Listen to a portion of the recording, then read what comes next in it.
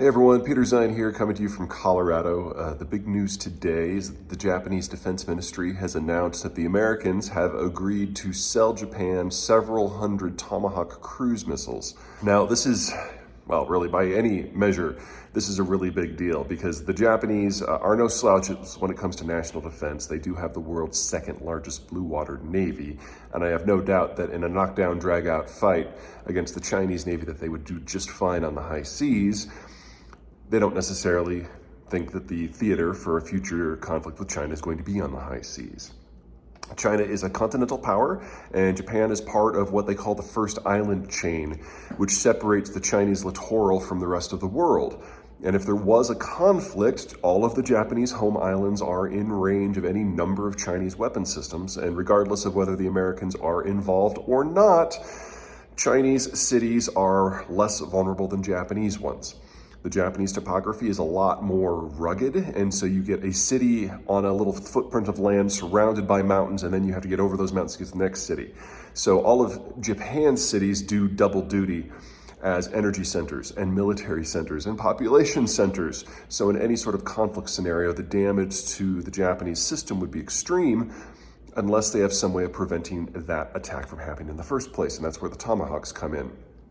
The whole idea of the Tomahawks is you get a weapons system with a range of 1,000 miles with the basic version, with a 1,000-pound warhead.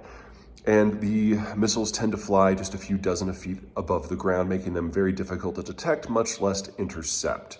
So we're not talking here about these 20 grand a pop Iranian drones that only fly 100 miles an hour and only carry a warhead that's 50 pounds or less, and so they have to throw dozens of them at any target to do any damage.